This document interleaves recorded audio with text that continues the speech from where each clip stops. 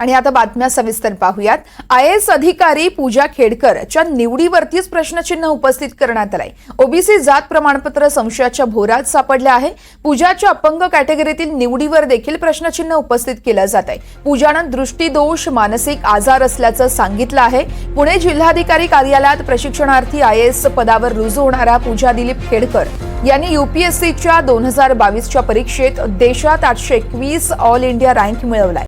या रँकवरून आता आयएएस पद हे मिळणं अवघड असताना देखील पूजानं ते प्राप्त करण्यासाठी ओबीसी नॉन क्रिमिलियर असल्याचं प्रमाणपत्र देऊन दृष्टीदोष आणि मानसिक आजार असल्याचं सांगितलं होतं। त्यावर आता आयएएस पदावर वर्णी लावली आहे। पण वंचित बहुजन पक्षाकडून तिच्या माजी आयएएस अधिकारी राहिलेल्या वडिलांनी नुकतीच लोकसभा निवडणूक दक्षिण अहमदनगरमधून लढवली आहे। त्यात निवडणूक आयोगाकडे सादर करण्यात आलेल्या प्रतिज्ञापत्रात त्यांची तब्बल 40 कोटींची संपत्ती असल्याचं आणि शेतीतून 43 लाख रुपये वार्षिक उत्पन्न असल्याचं जाहीर केलंय। त्यामुळे पूजा यांनी सादर केलेल्या नॉन क्रिमिलियर प्रमाणपत्रावर प्रश्नचिन्ह निर्माण झालंय। कारण वार्षिक 8 लाखांपेक्षा कमी उत्पन्न असलेल्यांनाच संबंधित प्रमाणपत्र दिलं जातं। मात्र दुसऱ्या बाजूला कागदपत्री मिळालेल्या माहितीनुसार आता स्पोर्ट्स ऑथॉरिटी ऑफ इंडियाच्या माध्यमातून assistant director in sport authority India या पदावर रुजू खेडकर यांची सन 2021 मध्ये निवड झाली होती।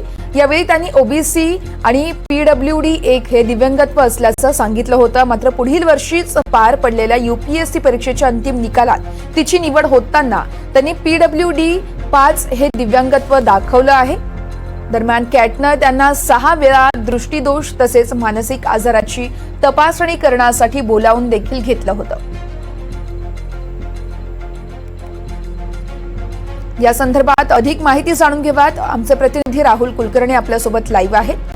राहुल, आपण पाहतो आयएएस अधिकारी पूजा खेडकरच्या निवडीवरच प्रश्नचिन्ह उपस्थित केलं जात आहे। कारण ओबीसी प्रमाणपत्र असेल किंवा मग जो क्रिमिलियर दाखला दिला जातो त्यामध्ये देखील आता काही प्रश्न उपस्थित केले जात आहेत। सविस्तर तपशील नेमका काय आहे? याच्याशिवाय आता आपण जे प्रश्न उपस्थित केलेत त्याच्याशिवाय आणखी 3-4 महत्वाचे प्रश्न आहेत। कुठल्याही प्रशिक्षणार्थी अधिकाऱ्याला ज्या वेळेला त्याचा 2 वर्षाचा प्रशिक्षणाचा कालावधी असतो, त्या 2023 बॅचच्या आयएएस अधिकारी तर त्याला त्याचा स्वतःचा स्वजिल्हा हा सर्वात शेवटी मिळतो। पूजा खेडकर यांना सुरुवातीला जो जिल्हा मिळाला होता तो भंडारा जिल्हा होता। तो ऐन वेळेला कसा बदलला गेला आणि त्यांना थेट पुणे जिल्ह्यातच कशी नियुक्ती मिळाली? एक, आता सुद्धा आपण एनडीटीव्हीनं ही पहिल्यांदा बातमी ब्रेक केली। त्याच्यानंतर ज्या वेळेला त्यांचा बदलीचा आदेश आला, त्या बदलीच्या आदेशामध्ये सुहास दिवसे यांनी जे 26 पानी पत्र लिहिलं त्या पत्रामुळे त्यांची बदली होत आहे त्याचाही उल्लेख नाही। त्यामुळं एक चर्चा अशी सुरू झालेली आहे की पूजा खेडकर यांना एक मोठा राजकीय पाठिंबा आहे आणि त्या पाठिंब्याच्या आधारावरतीच ह्या सगळ्या घडामोडी घडलेल्या आहेत। आता जसं आपण म्हणालो त्याप्रमाणे पूजा खेडकर यांच्या संदर्भातल्या ज्या अनेक प्रश्नांची उकल होणं बाकी आहे की पूजा खेडकर यांना ओबीसीचं प्रमाणपत्र कसं मिळालं, कारण 821 रँक मध्ये आयएएस रँकिंग मिळणं हे मुश्किल असतं।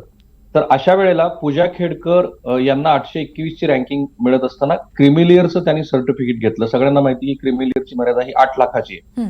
त्यांच्या वडिलांनी ज्या वेळेला ही निवडणूक लढवली नुकतीच झालेली लोकसभेची आणि ज्याची आकडेवारी आता आपण सांगितली 43 कोटी रुपयाचं त्यांचं उत्पन्न आहे आणि म्हणून दृष्टीदोष, मानसिकदृष्ट्या आजारी असणं, क्रिमिलियरचं सर्टिफिकेट घेणं, अशा सगळ्या ज्या काही संशयास्पद गोष्टी आहेत त्या पूजा खेडकर यांच्या आयएएस म्हणून होणाऱ्या झालेल्या नियुक्तीलाच मोठं प्रश्नचिन्ह लावणार आहेत। आणि मला जी कालपासून माहिती मिळते आहे त्यानुसार जर याच्यामध्ये खोलवर तपास झाला तर कदाचित आयएएस म्हणून नियुक्ती झालेल्या आणखी काही जणांचं पितळ सुद्धा उघडं पडू शकतं, अशा पद्धतीची माहिती आता मिळते आहे। कारण दृष्टीदोष असणं, मानसिकदृष्ट्या तुम्ही सक्षम नसणं, या अशा पद्धतीची सर्टिफिकेट घेऊन काही जणांच्या नियुक्ती झालेल्या आहेत। पण स्पेसिफिकली पूजा खेडकर यांच्याबद्दल जर बोलायचं झालं तर सुहास दिवसे यांनी जे 26 पानाचं पत्र लिहिलं त्याच्यामध्ये त्यांना सनदी अधिकारी पदावरती असलेल्या ज्या अवास्तव अपेक्षा आहेत त्याच्याबद्दल तर बोललं गेलंच, पण त्या बातमीनंतर ज्या म्हणून काही नवे तपशील येत आहेत ते अत्यंत धक्कादायक आहेत। पूजा खेडकर यांच्या वडील जे पूर्वी त्यांचे आजोबा सनदी अधिकारी होते, आता त्यांनी वंचितकडनं निवडणूक लढवलेली आहे। त्यामुळं राजकीय लागेबांधे अधिक पूर्वीच्या सनदी सेवेतले कुणाशी असलेले लागेबांधे याच्यातनं पूजा खेडकर या थेट आयएएस बनल्या, त्या अजिबात पात्र नाही आहेत। आणि सगळ्यात मोठी बातमी आणखी की त्यांना एम्सनी किमान 6 वेळेला बोलवलं होतं की तुमचं जे अपंगत्वाचं प्रमाणपत्र आहे त्याची आपण एकदा तपासणी करू, त्याची पडताळणी करू। 6ही वेळेला पूजा खेडकर या त्या तपासणीला गेलेल्या नाहीत।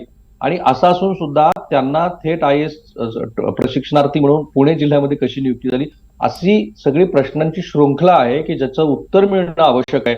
आणि जे उत्तर त्या स्वतः पुढे येऊन सांगणार नाहीत किंवा तत्सम UPSCची यंत्रणा त्याबद्दलचं क्लॅरिफिकेशन करणार नाही, तोपर्यंत ते मिळणार नाही. पण अनेक आणि असंख्य प्रश्न निर्माण झालेत आणि जे इनपुट्स मिळतात, तर पुण्यामध्ये सगळे IAS आणि IPSचे ट्रेनिंग सेंटर्स आहेत, तिथं अशी कुजबूज सुरू आहे की पूजा खेडकर हे एक हिमनगाचं टोक आहे. कदाचित त्याच्यापेक्षा अनेक गोष्टी असतील. अगदीच राहुल, त्यामुळे आता पुणे पोलीस पुढे काय कारवाई करतात हे देखील पाहणं तितकंच महत्त्वाचं आहे. तुर्तास धन्यवाद आपण दिलेल्या सविस्तर माहितीसाठी.